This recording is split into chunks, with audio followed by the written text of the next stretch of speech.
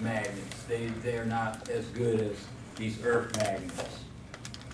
Here, as I have the number of windings, and the larger the number of windings are, the harder it is to turn within this magnetic field. When I didn't have any copper wires on here, I was able just to spin it around and it had no problem. But now it's even tougher to turn around.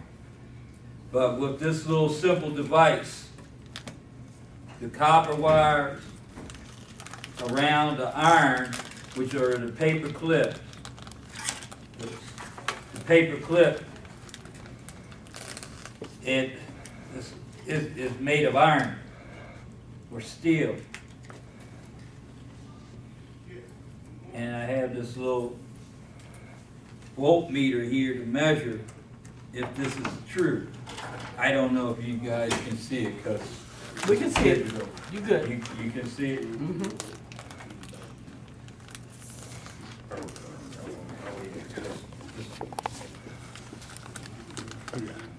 You good?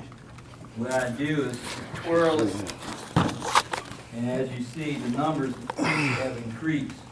That means we got electrical flow through here as it passed through the magnetic field.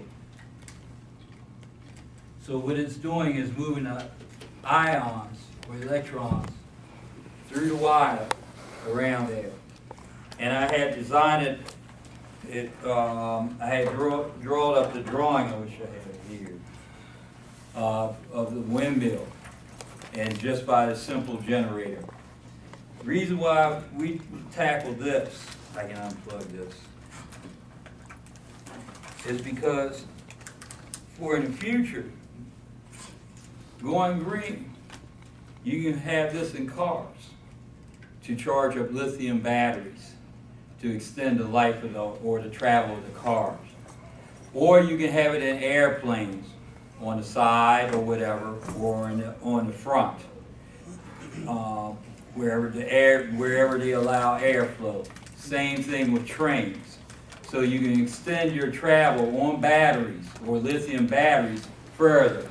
So that type of green technology, they haven't even shown us yet, but it is capable. We have the ability to produce that type of energy. As the cars moving down the streets or whatever, or the trains are moving, we have wind power.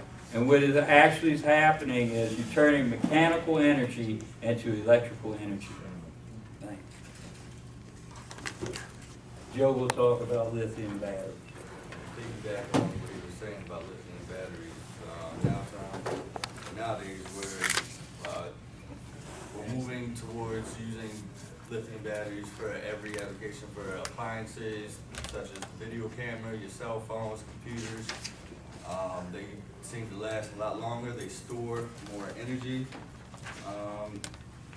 And the boldest vision of the lithium future is the Volvo 360 concept car. It was unveiled in 2004.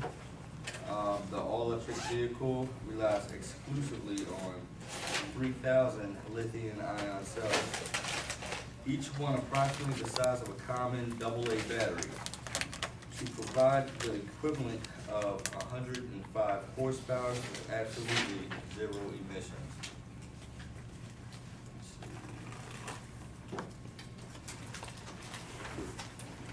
So yeah, so basically, lithium batteries are a lot better. And again, we use them for everything. They last a lot longer. I'm not sure if they're recyclable, but you know, it's a lot better for your environment. Any questions? Okay, now you have a demonstration there, correct? Yes. Where's your flyer? Right here. Can I take a look at the flyer?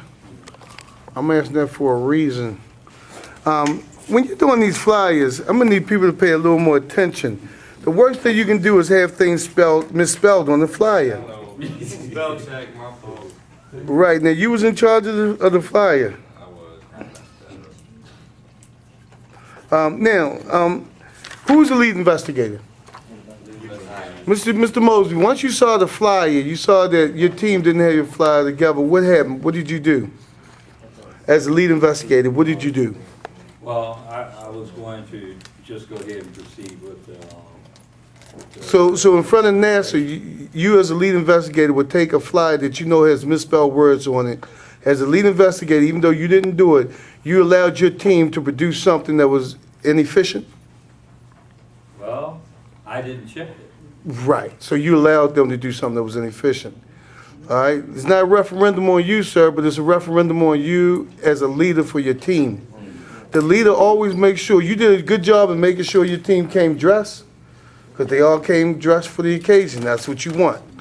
All right? But as a leader, make sure all the T's are tapped. Remember, if NASA wanted to hire your team, they would be reluctant to do so from a technicality called a flyer, misspelling on a flyer. The flyer must exemplify what you're talking about. It must be efficient in its spelling, and it must have the points marked out. Whoever did the flyer did a good job on the flyer. Mr. Potter did a good job on it, but it's like in baseball, you ran and you hit the fence, you made this $1 million catch, but then you went to throw it to first and you threw it in the bag. So you made $1 million catch in a 10-cent throw. All right? Bring the noise, bring it. When you were